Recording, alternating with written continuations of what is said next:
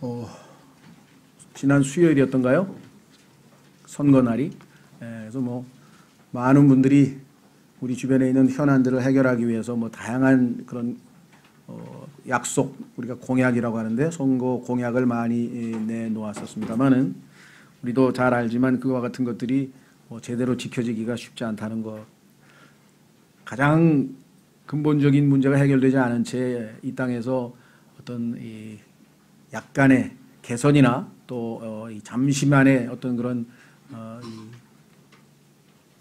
해결책으로 일시적인 해결책 가지고는 근본 문제가 해결되지 않는다. 성경은 그렇게 말씀을 했죠. 그래서 오늘은 인간들이 겪고 있는 모든 우리 삶의 문제들에 대해서 당연히 하나님께서 그것을 우리에게 해결하실 것이다. 그리고 해결책을 성경에 제시해 놓으셨죠. 그래서 우리 그리스도인들은 어떤 의미에서는 가장 실제적인 답을 가지고 있는 사람들입니다. 다른 사람들은 노력을 하고 애를 쓴지 모르지만 실제적인 해결책이 되지 못한다는 것이죠. 예. 욥기에 보니까 기록하기를 인간은 고생하려고 태어난다 이렇게 좀 돼 있는데 그 뉘앙스가 태어나면 고생을 할 수밖에 없다.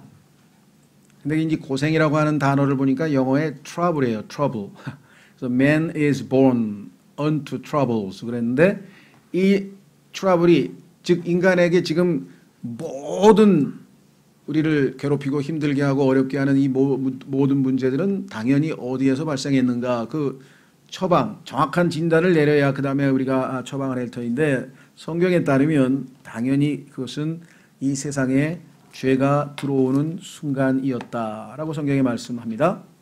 로마서 5장에 보면은 하나님께서 처음에 창조를 하셔서 그렇죠? 이 땅에 에덴의 동산도 세우시고 정말 하나님과 좋은 친교를 하면서 정말 창조의 목적에 부합되게 하나님을 기쁘시게 하고 서로 교제하고 사랑하고 이런 때에는 뭐 아무 문제가 없었지만 어느 한순간 이 세상에 죄가 들어왔다라고 성경에 분명하게 말씀하는 역사의 한순간이 있었었죠.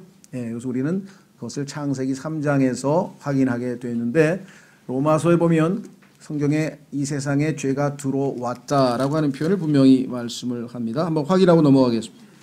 모든 문제의 시작은 거기에서 시작이 됐죠. 로마서 5장 12절 로마서 5장 12절에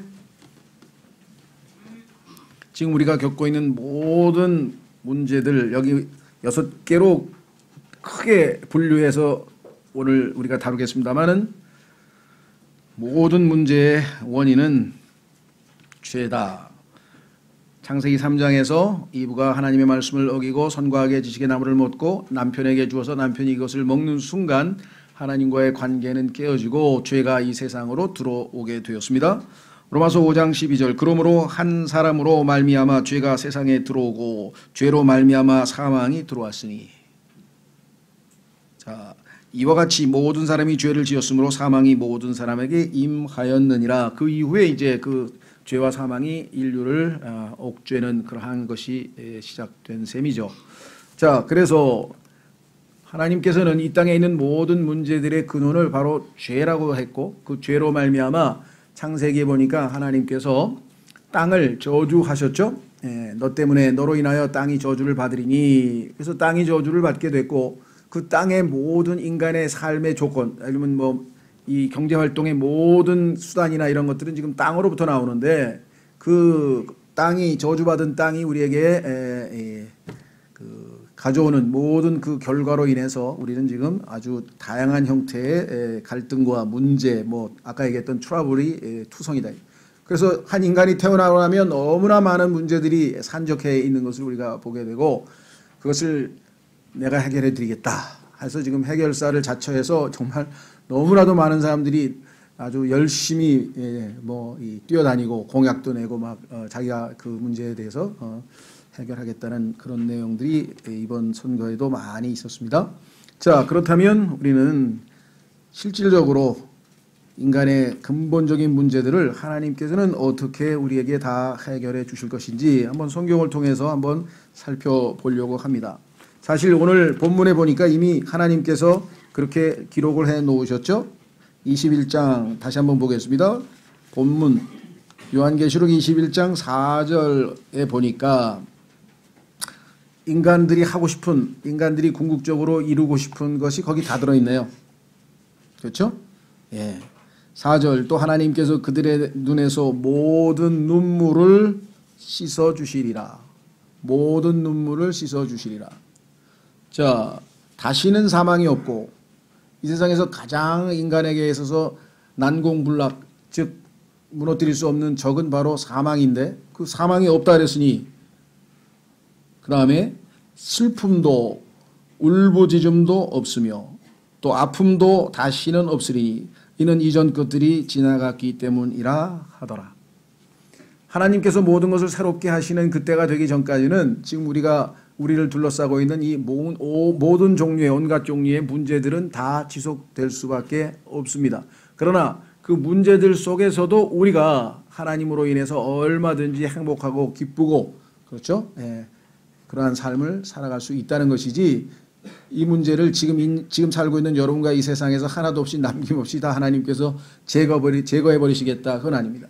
하나님의 계획에는 궁극적으로 그것이 다 없어질 터인데 하나님이 정하신 때가 있겠죠. 자, 그렇다면은 하나님께서 어떤 방식으로 궁극적으로 이 모든 문제를 해결하시고 우리에게 소망 가운데 믿음 가운데 그 기다리면서 인내로 기다리면서 그것을 소망 가운데 기다리게 하셨는지 한번 살펴보겠습니다. 첫 번째는 아까 우리가 봤던 죄와 죽음인데 그 죄로 인해서 이 땅에서 우리는 죽음 직전에 또 죽음 직전은 아니더라도 언제든지 이 질병이라고 하는 문제에 시달리게 되죠.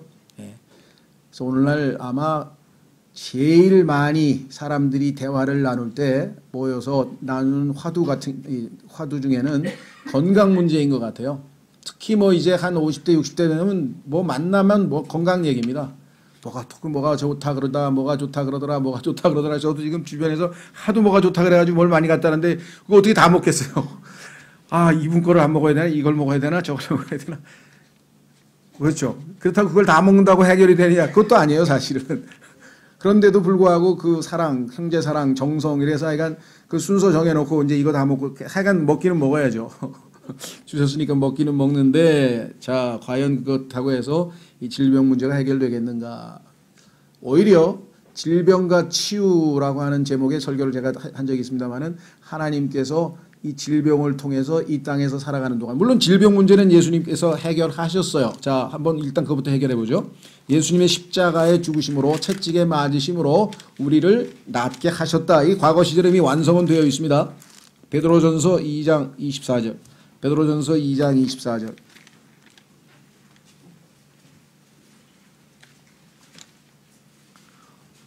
요즘 그 유명한 힐링의 시대인데요. 하나님께서 우리를 고치셨다고 분명히 되어 있네요. 자, 베드로전서 2장 24절. 친히 나무에 달려 자신의 몸으로 우리의 죄들을 지셨으니 이것은 죄들에 대하여 죽은 우리가 살아서 의에 이르게 하려 하심이라. 그분께서 채찍에 맞음으로 너희가 고침을 받았나니. 이렇게 분명하게 되어 있습니다. 이 문제는 이것은 이제 이사야서 53장에서 인용을 한 말씀인데 성경에서 말씀하셨을 때 고침을 받았다. 이게 지금 완성된 것으로 되어 있는데 실제적으로 그러면 수없이 많은 그리스도인들이 아직도 여전히 아프고 고통당하고 있는 것은 뭐냐, 모순되지 않는가 혼동하시는 분들이 있는데 1차적으로 우리의 이 소위 혼의 질병이라고 할까요? 영적인 질병이라고 할 수 있는 영적인 치유는 일단 완성이 돼서 우리가 하나님의 아들의 신분을 얻었는데 성경에 보니까 우리의 몸의 구속, 이 몸에 대해서 완전한 구속, 완전하게 우리 몸이 질병으로부터 완전히 자유케 되는 것은 그분께서 오실 때에 달성된 일이지 몸의 구속은 아직 이루어지지 않아서 소망 가운데 우리 몸의 구속을 기다리고 있다라고 로마서 8장 24절에 써 있습니다. 그러니까 예수 믿으면 병 걸리면 안 된다. 예수 믿으면 절대로 아프면 안 된다. 뭐 이렇게 얘기하는 것은 아닙니다. 얼마든지 우리가 질병에 대해서 하나님께서 우리에게 내리신 처방이 있죠. 첫째, 예수님께서 말씀하시기를 뭐라고 말씀하셨습니까? 병든 자에게는 의원이 필요하니 라고 주님께서 말씀하셨어요. 이 세상에 얼마나 많이 의사를 하나님께서 만들어 놓으셨습니까?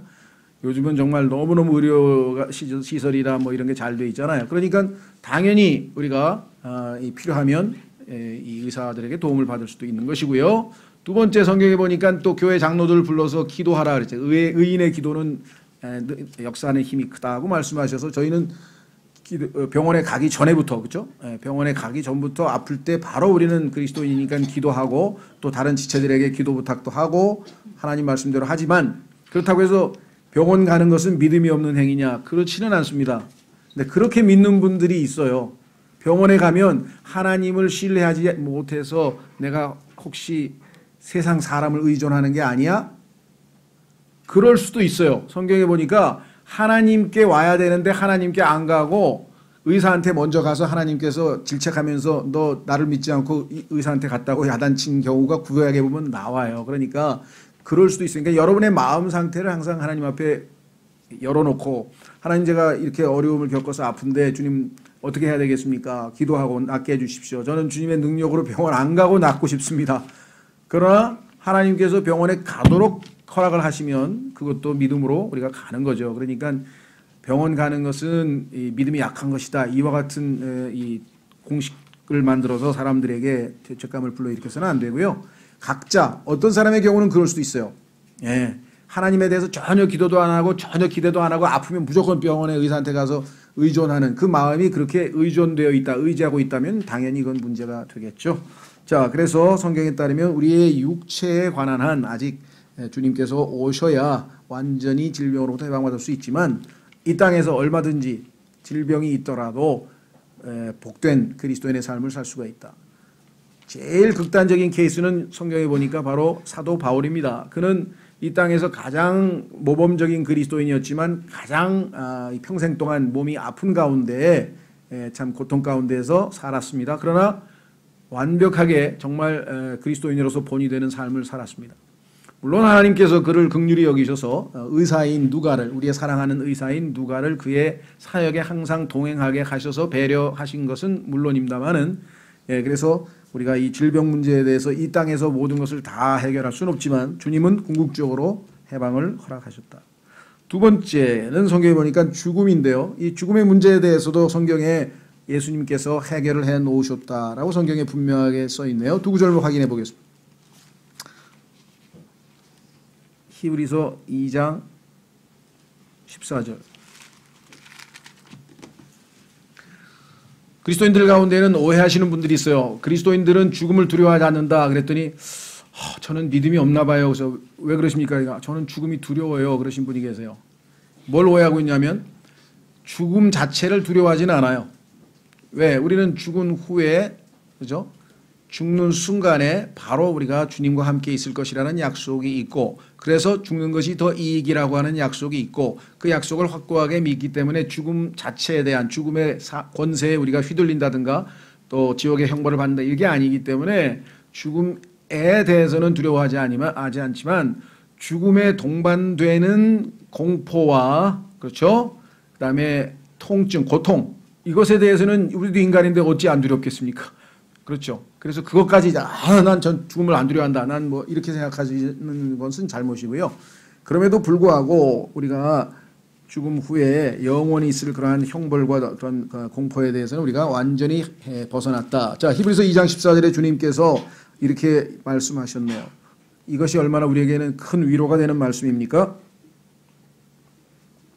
히브리서 2장 14절. 그런즉 자녀들은 살과 피에 참여한 자들이므로 그분도 마찬가지로 같은 것의 일부를 취하셨으니 이것은 그분께서 죽음을 통해 죽음의 권능을 가진 자 곧 마귀를 멸하시고, 십자가에서 죽음의 권능을 가진 자 마귀를 멸하셨습니다.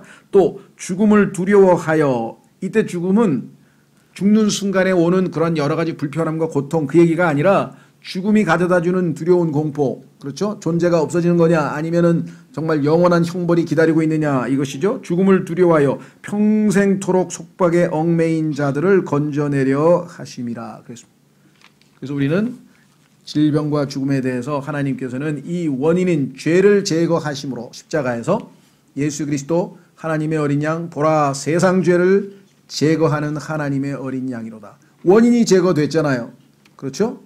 그래서 궁극적인 해결은 하나님으로부터 나왔다. 다만 이 땅에 살 때에는 우리에게는 질병의 문제는 아까 얘기했던 것처럼 그와 같이 하나님께서 처방을 하셨고, 두 번째는 죽음에 대해서는 말씀하신 것처럼 죽어도 살겠고 부활이 있으니까, 그 다음에 무릇 살아서 예수님 오실 때 살아있는 자들은 죽지도 않은 채로 주님을 만나서 공중으로 올라가게 될 것이다 라는 확고부동한 약속이 성경에 다 있습니다. 그렇죠? 예, 그래서 우리가 천년왕국에 가서도요, 새 예루살렘에 가니까 사람들에게 하나님께서는 생명나무를 통해서, 우리 거듭난 사람은 이미 영생을 받았기 때문에 질병이나 죽음에 대해서 완전히 해방됐지만 천년왕국에 들어가는 일반 백성들에게도 생명나무를 통해서 생명을 주시고 죽음을 이기게 하시고, 두 번째 그 생명나무의 잎사귀들은 그들의 치유를 하게 하려 함이라. 그렇죠? 그래서 이 두 가지 질병과 이 죽음에 대한 대책을 천년왕국에서도 주님께서 다 세워 놓으신 것으로 요한계시록 22장 2절에 분명하게 나와 있습니다. 자, 그래서 이제 마지막 한 구절, 첫 번째 테마에서 우리는 고린도전서에서 얼마나 담대하게 바울이 죽음에 대해서 선전포고를 하느냐. 아마 세상 사람들은 보면은 참 이게 무모한 짓이다 생각하시겠지만, 예수 그리스도의 부활장에서 부활을 확고부동하게 믿는 너희들아, 너희는 이제 이와 같이 살아야 되지 않겠느냐. 그렇죠? 예.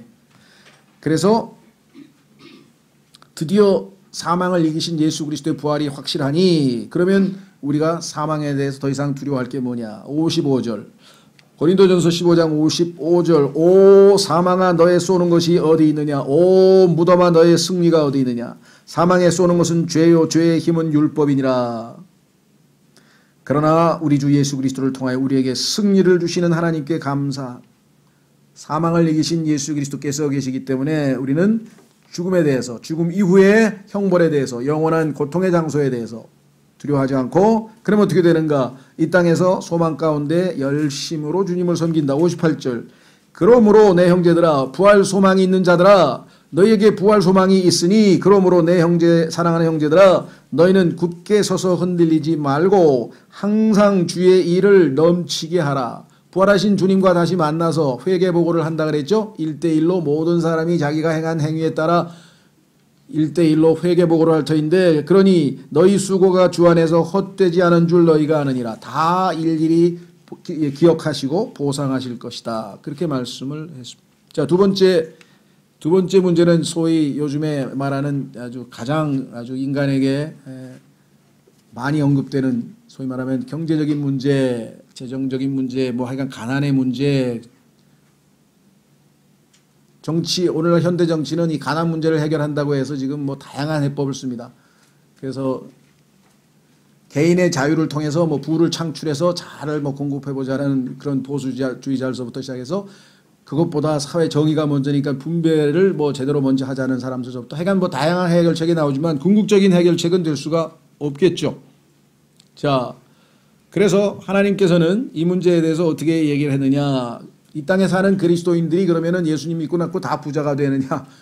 그렇게 믿고 있는 분들이 의외로 많아요. 그리고 이 기독교 신문회나 국민일보에 보면은요, 그런 집회들이 예수 믿고 가난과 질병으로 해방받읍시다 뭐 해가지고 그런 집회 호소하는 뭐 축복성 이런 게 너무나 광고가 많고, 그런 것으로 집회를 유도해서 또 사람들을 미혹시키는 일들이 너무나 많습니다만은, 하나님께서 궁극적으로 예수님께서는 우리를 부자가 되게 하기 위해서, 부요하게 하기 위해서 자신이 가난한 자가 되셨다라고 성경에 얘기했는데, 1차적으로 그리스도인들에게는 영적인 부요함을 말씀하시는 것이 분명하겠죠. 그렇죠? 예. 자, 한번 확인해 보겠습니다. 예.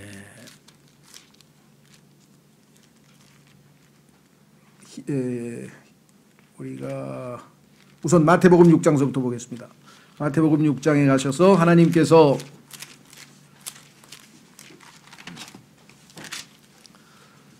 이 땅에서 살고 있는 모든 그리스도인들에게, 하나님의 자녀들에게 하나님께서 이 소위 말하는 먹고 사는 문제, 경제 문제, 이 경제라고 하는 영어 단어는 이카노미라는 단어는요, 헬라어에서 오이코노미아라 그랬는데 이 오이코노미아라는 단어가 영어로 가면 음역이 돼서 비슷하죠. 오이코노미아를 영어식으로 발음하면 이카노미가 되는데 영어 킹제임 성경에서는 이것을 dispensation이라 해서 하나님의 경륜이라고 번역했어요. 우리말로는 경륜. 그러니까 하나님의 경륜이라고 하는 것은 뭐냐면 이 땅에 있는 모든 자원, 재원들을 골고루 어떻게 잘 분배해서 모든 사람이 다 풍요롭게 잘 살 수가 있는지 그 방침, 경영 방침, 운영 방침을 얘기하는데 하나님께서 그 경륜, 가지고 계신 경륜이 있는데 자, 마태복음 6장 하나님께서는 이 땅에서의 우리 그리스도인에게 삶의 원칙에 있어서는 우리가 기대하는 것과는 다릅니다. 많은 사람들이 오해하고 있는 것은 구약시대에 하나님께서 유대인들에게 순종하면 하나님의 말씀에 순종하면 물질적인 풍요를 약속한 것이 분명합니다. 그건 약속이 돼 있어요. 신약 성경에는 그와 같은 약속이 없어요. 오히려 물질적인 풍요가 아니라 하늘에 있는 영적인 것으로 복을 주셨다고 해서 영적인 복을 에베소서 1장 3절에서 강조를 했잖아요.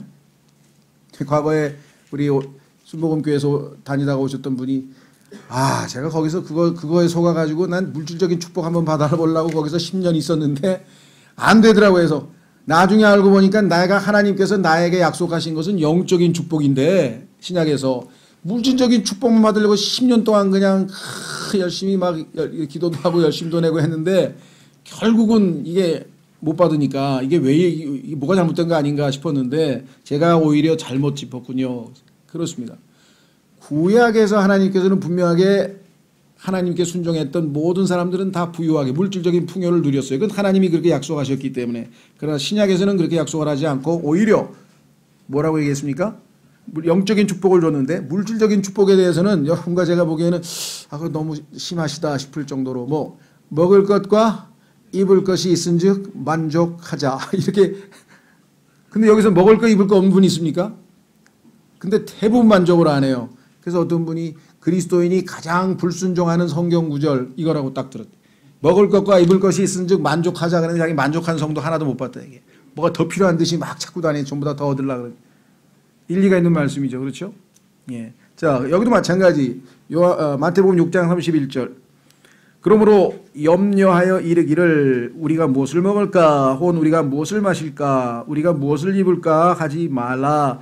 이 모든 것들은 이방인들이 구하나니 너희 하늘 아버지께서는 이 모든 것이 너희에게 필요한 줄 아시느니라.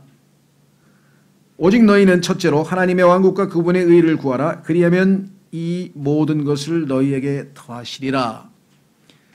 자, 필요한 줄 아시느니라. 이게 중요한 거예요. 그리스도인에게 있어서는 하나님께서 이 땅에서 생각하시기에 여러분과 제가 이 땅에서 살아가는 데 있어서 필요한 게 우리가 생각하는 것보다는 훨씬 적으신가 봐요. 필요치도 않은 걸 너무나 많이 우리가 가지고 있어. 대표적인 것 이사 갈 때 보면 그냥 엄청 버려야 돼. 그냥 버려도 아직도 남아서 또 버려야 돼. 필요하지 않은 게 우리에게는 너무나 많죠. 성경에 보면 하나님께서 우리가 기도응답이 내가 원하는 것, 내가 요구한 것이 아니라 하나님은 우리에게 두 가지 필요한 것 주시고 두 번째 좋은 거 주세요. 그런데 우리는 필요치도 않은 것 자꾸 달라 그러고 나쁜 건데 갖고 싶어요 하고 자꾸 달라 그러고 하나님하고 이게 코드가 안 맞는 거예요. 기도가. 자, 확인해 보겠습니다. 빌립보서 4장. 빌립보서 4장에 하나님께서 경제 문제에 있어서 우리에게 제공하시는 것은 무엇인가? 그것은 바로 필요한 것입니다. 필요한 것. 그래서 여러분이 하나님을 설득만 하시면 돼요. 하나님은 리즈너블 하신다 분이라 지난번 기억나시죠? 하나님은 충분히 합리적인 분이시기 때문에 하나님 제가 이게 꼭 필요합니다. 주십시오. 그럼 하나님이 맞네, 필요하네, 그러면 주신다 이 말이에요. 하나님께 자기의 필요성을 납득시킬 수 있는 그런 기도를 해야 됩니다. 빌립보서 4장 19절. 빌립보서 4장 19절. 저 같은 사람 보세요. 하나님 저에게는 아내가 필요합니다. 딱 주시잖아요.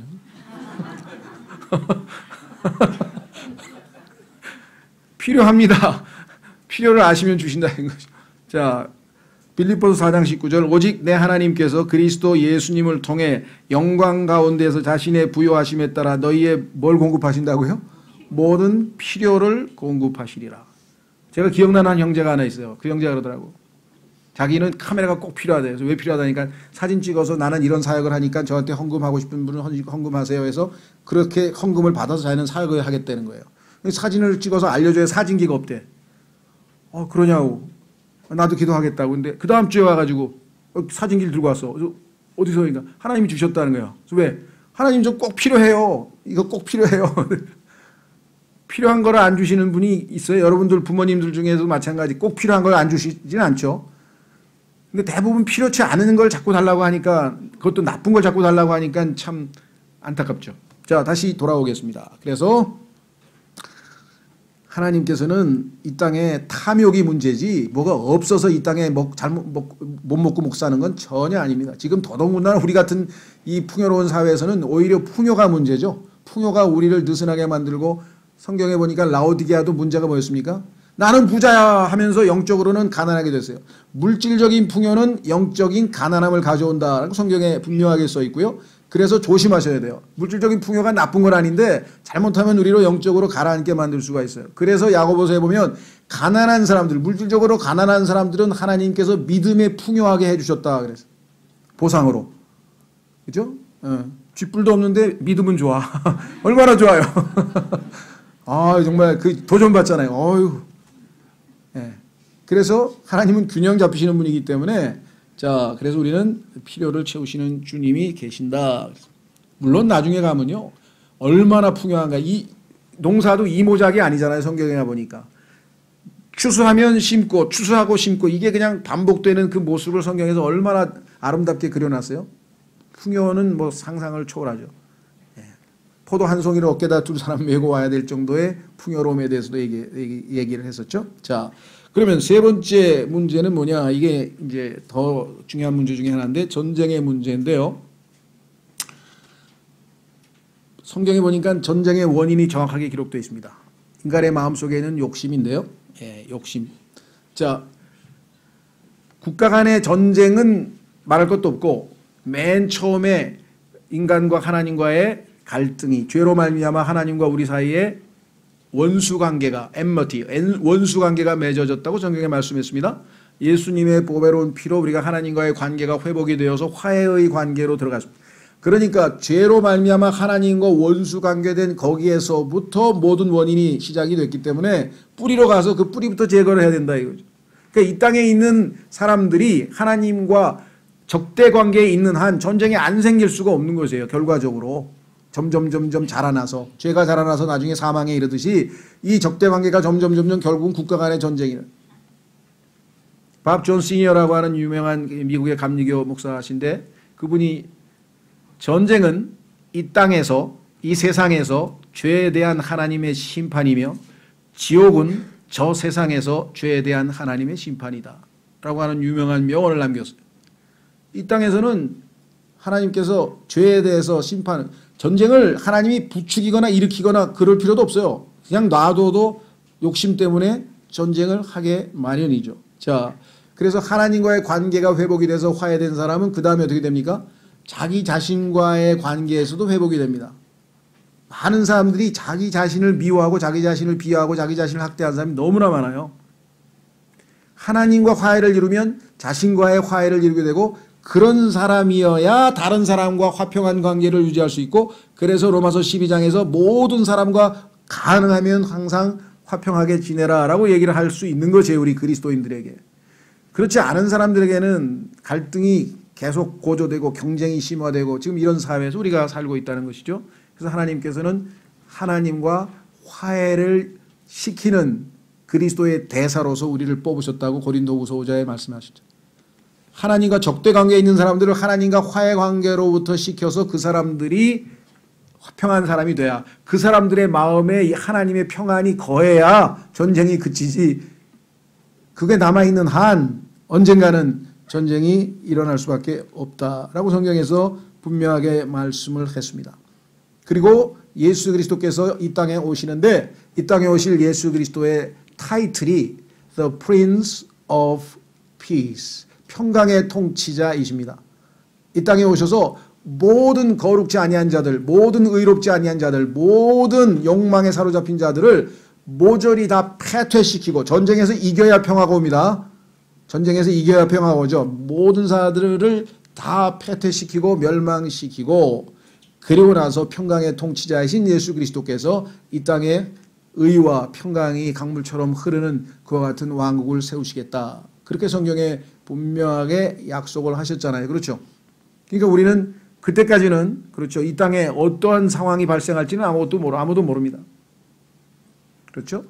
예. 그래서 그때 상징적으로 아름다운 말씀이 써 있죠. 그렇죠? 사람들이 전쟁하는 창과 이런 이 칼을 가지고 전쟁 무기를 농사 짓는 도구로 만들리라. 이렇게 해서 더 이상 전쟁 연습을 하지 않을 것이다 라고 약속이 되어 있죠. 그날까지는 이 땅에는 전쟁이 소문을 이어서 일어날 수밖에 없다라고 했습니다. 우리 그리스도인이 사는 삶에서도 어떤 환경에서도 전쟁이 일어날 수 있어요. 우리 벌써 부모님 세대에서는 전쟁을 겪으신 분도, 여기도 전쟁 겪으신 분들이 많잖아요. 우리 사회, 우리가 살고 있는 시대에 전쟁이 일어날지 안 일어날지는 아무도 모르는 것이고요. 어떤 상황에서도 우리가 하나님과 화평을 누리는 사람은 하나님과 화평뿐만 아니라 이웃과의 화평, 그 다음에 하나님의 보호하에 우리가 얼마든지 믿음으로 살아갈 수가 있다라는 것이겠죠. 자, 그래서 3번 문제는 이사야서 2장 4절을 읽고 넘어가겠습니다. 하나님은 이 땅에 오셔서 완전한 태평성대를 그냥 이루시는 것도 아니고 의롭고 아주 태평한 시대를 이루시겠다.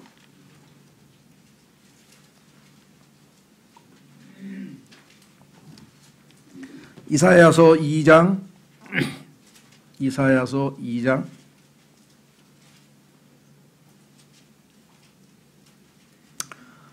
2절서부터 보겠습니다. 마지막 날들의 주의 집의 산이 산들의 꼭대기에 굳게 세워지며 작은 산들 위로 높여지리니 모든 민족들이 그곳으로 흘러들리라. 천년왕국 때 이제 드디어 예수님이 통치하시는 예루살렘으로 사람들이 몰려드는데 많은 백성들이 가며 이르기를 너희는 오라 우리가 주의 산에 오르고 야곱의 하나님의 집에 이르자. 그분께서 자신의 길들을 우리에게 가르치실 터인즉 그 길이 화평의 길이고 그 길이 의의 길이죠. 우리가 그분의 행로들로 걸으리라 하리라.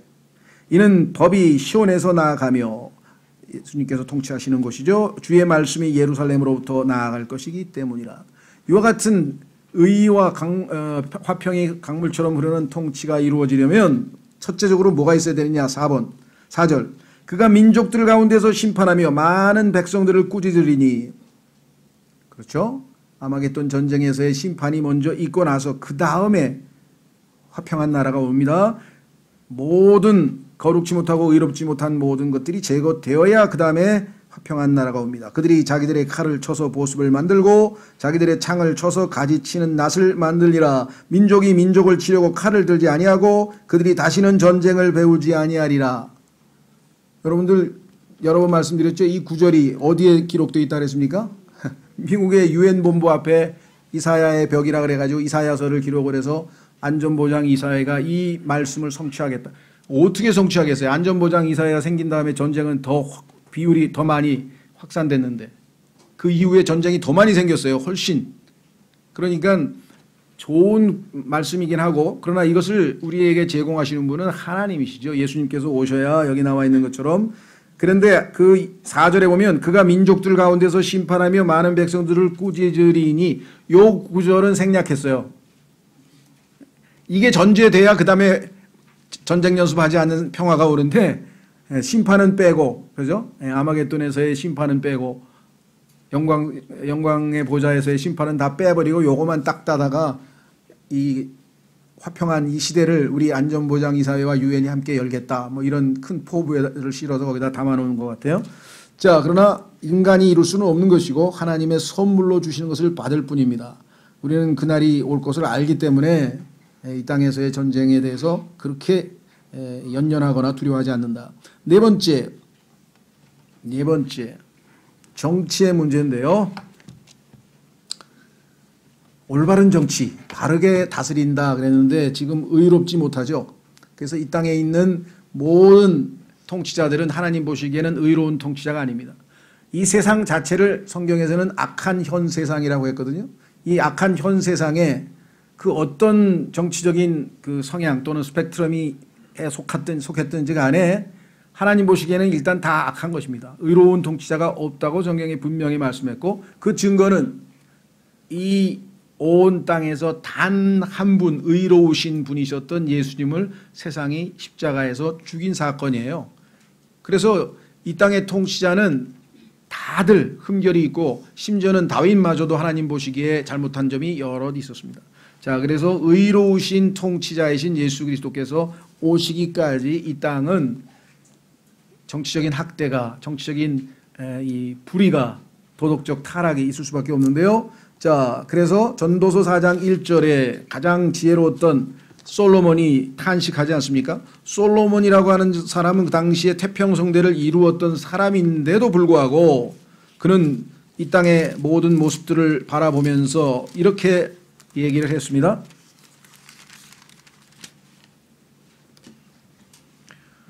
전도서 4장 1절. 그러므로 내가 돌이켜 해 아래에서 이루어진 모든 학대를 깊이 살펴보았노라. 보라, 학대받는 자들의 눈물이라. 그들에게는 위로자가 없었도다. 그들을 학대하는 자들의 편에는 권세가 있었으나 그들에게는 위로자가 없었도다. 뭐 요즘에 이 아주 큰 뭐 어마어마한 학대도 있지만 자그마한 학대, 요즘 말하는 소위 갑질이라고 하는 것이 바로 그렇죠. 그 갑질의 대상이 되는 사람들은 여기저기서 지금 학대받는 사람들이 뭐 셀 수도 없습니다. 뭐 우리나라 얘기하지만요, 이건 상당히 상태가 좋은 곳이고요. 훨씬 더 권위주의적이고 훨씬 더 권력에 압제당하고 있는 세상이 지금 뭐 세상에 아주 널려 있습니다. 지금 이 모든 상황에서 해결될 수 있는 방법은 무엇인가? 이 땅에 있는 모든 통치자들이 예수 그리스도 앞에 무릎 꿇고 예수 그리스도의 의로운 통치를 시인하는 그때가 되면 이 땅에 진정한 올바른 다스림이 있게 된다. 그래서 시편 2편으로 가겠습니다.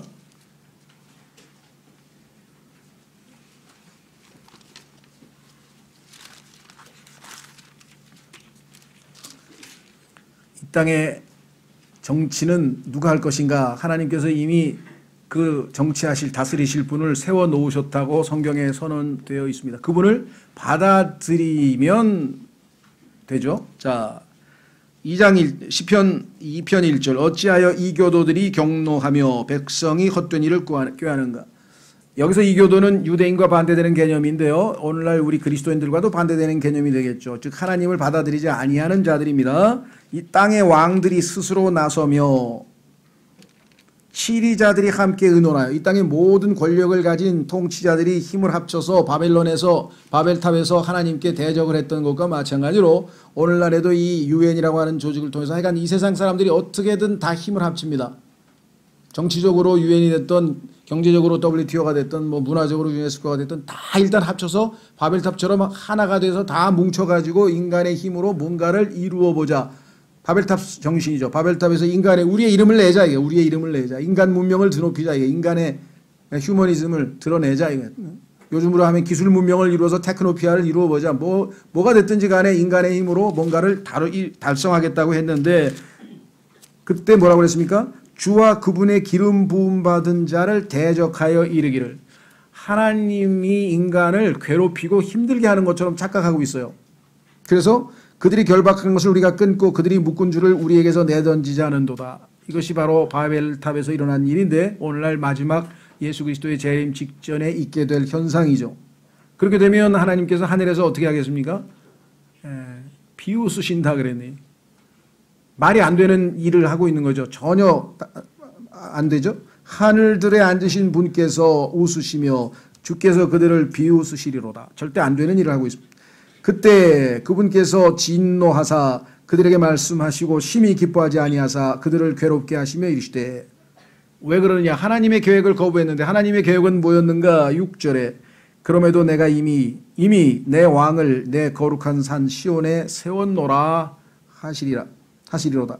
내가 칙령을 밝히 보리라. 주께서 내게 이르시되 너는 내 아들이라. 이날 내가 너를 낳았도다. 내게 구하라. 그리하면 내가 이 이교도들을 내게 상속물로 주고 땅의 맨 끝 지역들을 내게 소유물로 주리라. 완전히 다 정복을 해서 이 땅의 주인은 누가 되실 것이냐? 여기 보니까 예수 그리스도가 되시네요. 내가 그들을 철장으로 부수고 토기장의 그릇같이 산산조각 부수리라 하였도다. 그런즉 오 왕들아 이제 너희는 지혜로울지어다. 땅의 재판관들아 너희는 교훈을 받을지어다. 두려움으로 주를 섬기며 떨며 기뻐할지어다. 답은 뭐였습니까? 그 아들에게 입을 맞추라. 예수 그리스도를 왕으로 받아들이는 거죠. 그리하지 아니하면 그분께서 진노하사 그분의 진노가 조금이라도 타오를 때 너희가 길에서 벗어나 망하리로다. 답은 그분을 신뢰하는 자들은 다 복이 있도다. 결국은 정치의 문제에도 하나님께서는 올바른 치리자, 의롭고 그렇죠, 의로운 치리자를 이 땅에 이미 왕으로 세우셨다라고 성경에 말씀을 했습니다. 다섯 번째, 오늘날 우리 시대의 화두 중에 또 하나는 당연히 환경 문제죠. 요즘 뭐 미세먼지 포함해서 뭐 아주 환경에 대해서는 거의 아주 막 알레르기 반응을 보이는 분들이 계세요. 막 뭐 요즘에 그 무슨 침대 때문에 또 뭐 난리가 나가지고 우리나라 모든 우체국 그 배달하시는 분들을 다 동원해가지고 지금 막 다 거두어 드리는데 난 그걸 어디다 갖다 쌌는지 모르겠어요. 3만 개인가 뭐 2만 개를 그 매트리스를. 하여간 지금 뭐랄까 이 환경 문제가 너무너무 이제 심각합니다. 자, 환경 문제에 대해서는 성경은 뭐라고 말씀하시는가? 당연히 하나님의 저주로 인해서 그 다음에 그로 인한 악화일로 인간의 이 땅에 대한 남용으로 인해서 정말 뭐 최악의 순간까지 지금 와 있는 상황이죠. 우리나라도 지금 뭐 이 정말 1년에 얼마만큼 이제 마스크를 쓰고 다녀야 될지 모를 정도의 상황까지 와 있게 되었습니다. 그래서 우리 주변에 이 창조물의 신음소리가 지금까지 계속해서 들린다라고 성경은 분명하게 말씀을 했습니다. 로마서 8장.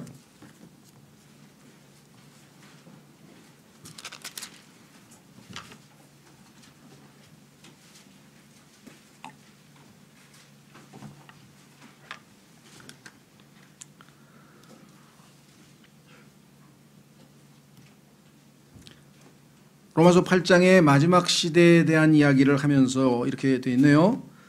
로마서 8장 18절에 내가 생각하건대 이 현 시대의 고난들은 앞으로 우리 안에 나타날 영광과 좋게 비교될 수 없도다.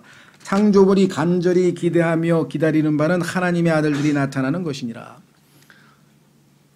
하나님의 아들들이 나타날 때에는 죄로부터 완전히 분리돼서 그렇죠. 우리의 몸이 구속이 되고 우리 몸 안에 있던 죄가 완전히 제거돼서 죄 문제가 완전히 해결되면 우리가 주님을 만나게 될 터인데 그때까지는 이 땅에 있는 모든 저주받은 창조물, 아담의 죄로 인해 저주를 받은 창세기 3장에 저주받은 그 창조물들이 여전히 신음하고 있다. 그래서 20절에 창조물이 헛된 것에 복종하게 된 것은 자진해서 된 것이 아니오. 아담이 죄를 져서 그 죄 때문에 하나님께서 저주를 하신 것이죠. 소망 중에 바로 그것을 복종하게 하신 분 하나님이시죠. 로 인한 것이니 소망이 있어요. 언제 회복이 되느냐? 하나님의 자녀들이 나타날 때. 이는 창조물 자신도 썩음의 속박에서 해방되어 하나님의 자녀들의 영광스러운 자유에 이를 것이기 때문이라. 지금 이 땅에 있는 모든 우리 주변의 환경 자연들은 다 지금 죄로 인해서 저주로 인해서 썩음의 속박하에 놓여 있다라고 성경에 분명하게 말씀을 했습니다. 그렇다면 22절 또 온 창조 세계가 지금까지 함께 신음하며 고통 중에 상고를 치르는 줄을 우리가 아노니. 결국은 이 환경 문제도 하나님께서 해결하셔야만 답을 얻을 수 있지. 이 땅에서 우리가 뭐 그렇다고 해서 우리 그리스도인이 환경을 파괴하는 일에 가담하라든가 뭐 그런 것을 뭐 용납하라든가 그러진 않습니다. 최대한 관리하고 최대한 잘 아껴서 해야 되는 거죠. 그러나 궁극적으로 이것이 완전히 이 썩음의 속박에서 벗어날 수 없다는 것을 우리는 너무나 명백하게 알고 있다.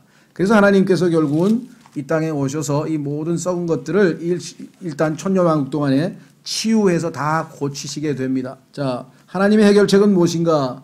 생명수를 통해서 하나님께서 해결하신다. 확인해 보겠습니다. 에스겔서 47장.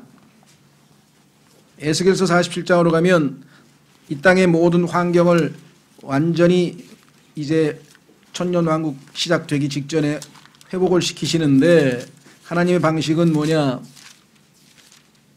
죽어있는 환경을 살리시는 방법으로 생명수를 통해서 지금 현재 죽어있는 물들, 우리 바다의 오염, 그 다음에 사막화 현상으로 인해서 죽어가는 땅을 회복시키셔서 꽃이 피어나게 하시고 장미꽃이 피어나게 하시고 이렇게 해서 하나님께서 우리에게 해결책을 제시하셨다. 자, 에스겔서 47장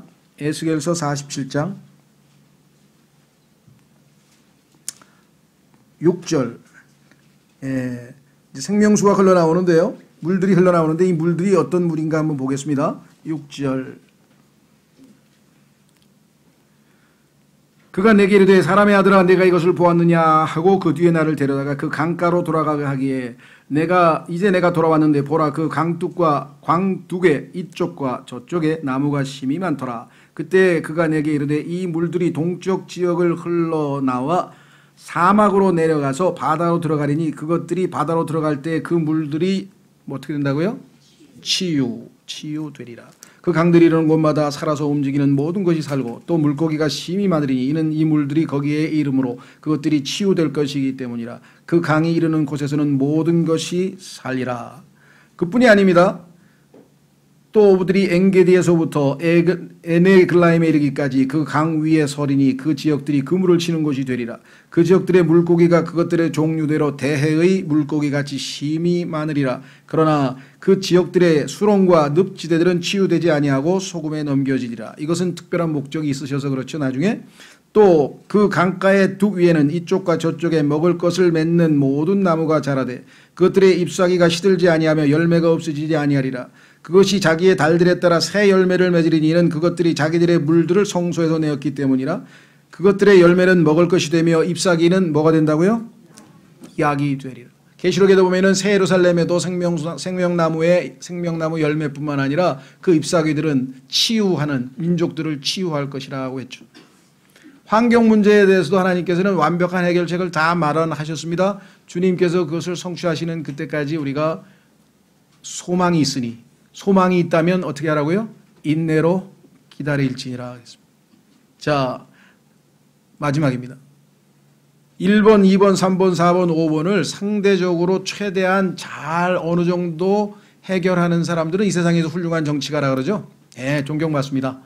뭐 그런 훌륭한 왕들이 우리나라에도 있었고 뭐 태평성대를 이루고 뭐 경세재민을 잘한 사람들도 많이 있습니다만은 문제는 이 5가지를 어느 정도 해결해서 참으로 행복을 인간에게 제공했다 할지라도 과연 인간이 행복할 것인가?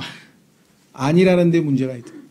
이런 외적인 모든 조건이 아무리 좋아져도 인간의 내적인 문제가 해결이 되지 아니하면 인간은 결코 행복해하지 않는다.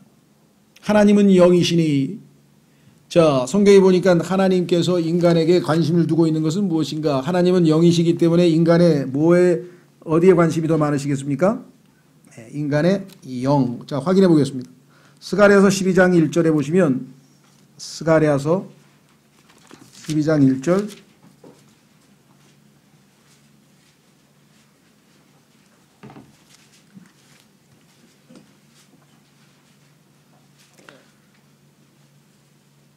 이스라엘을 위한 주의 말씀의 엄중한 부담이라 주 곧 하늘들을 펼치고 땅에 기초를 놓으며 사람 속에 영을 짓는 이가 말하노라. 여기서 갑자기 하나님께서 인간을 지었다고 안 하고 사람 속에 영을 짓는 이가 말하노라.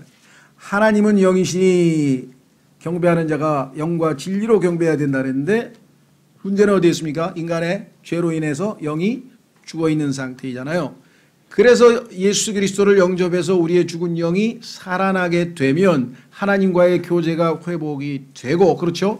그 하나님의 영적인 축복과 은혜가 우리를 지배해서 우리를 채워야 우리가 충만하게 되어야 진정한 만족감과 진정한 행복감을 느낄 수가 있지 1번, 2번, 3번, 4번, 5번의 모든 외적인 여건이 잘 해결돼서 좋아졌다고 해서 결코 인간은 만족하지 않더라.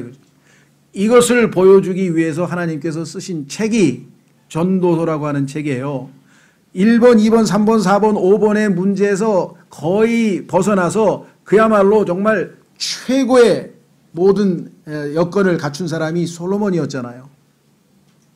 그런데 그 솔로몬은 행복했습니까? 만족했습니까? 만족이란 말은 채워졌다는 얘기인데 솔로몬은 채워지기는커녕 텅 비었다 그러면서 헛되니 모든 것이 헛되도다 39번을 했잖아요. 그러니까 이 땅에 1번서부터 5번까지 정말 대한민국에 무슨 정말 솔로몬 같은 현자 왕이 나타나서 세종대왕이 다시 부활해서 나타나서 정말 이 태평성대를 이루어줬다선 치더라도 결코 우리는 진정한 만족감과 행복을 누릴 수가 없어요. 왜? 우리는 사람 속에 영을 지으신 하나님이 우리의 영을 충만히 채워주실 때만 만족감과 행복감을 느낄 수 있는 영적인 존재이기 때문에 그렇죠.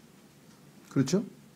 그래서 우리는 예수 그리스도께서 우리의 죽은 영을 살리시고 그 영으로 영과 진리로 하나님께 나아가서 지금처럼 여러분과 제가 이렇게 하나님께 경배를 드리고 하나님의 영들이요 내 말들이 영이요 생명이라 하신 하나님의 말씀들로 내 영이 공급을 받고 성령께서 충만케 하셔서 우리가 뭐예요?